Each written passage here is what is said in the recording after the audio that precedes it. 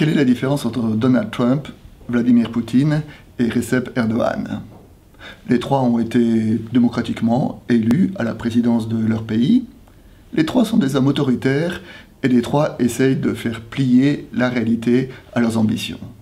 La différence, c'est que les États-Unis sont un pays authentiquement démocratique. Rappelons qu'une démocratie ne se juge pas simplement au fait que ses dirigeants sont démocratiquement élus, mais un certain nombre d'autres principes qui sont d'abord la séparation des pouvoirs entre l'exécutif, le juridique et le législatif.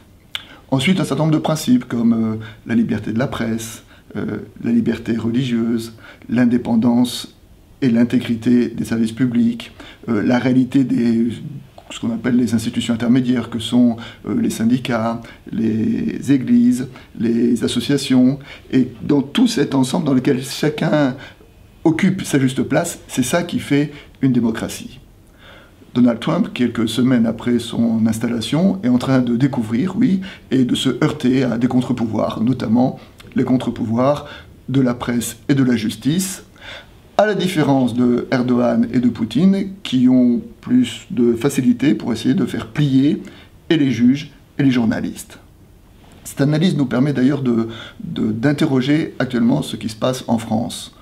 En général, et puis particulièrement ces dernières semaines, lorsque un dirigeant est remis en question par la justice, il a tendance à s'en prendre à l'acharnement de la justice et à la partialité des journalistes.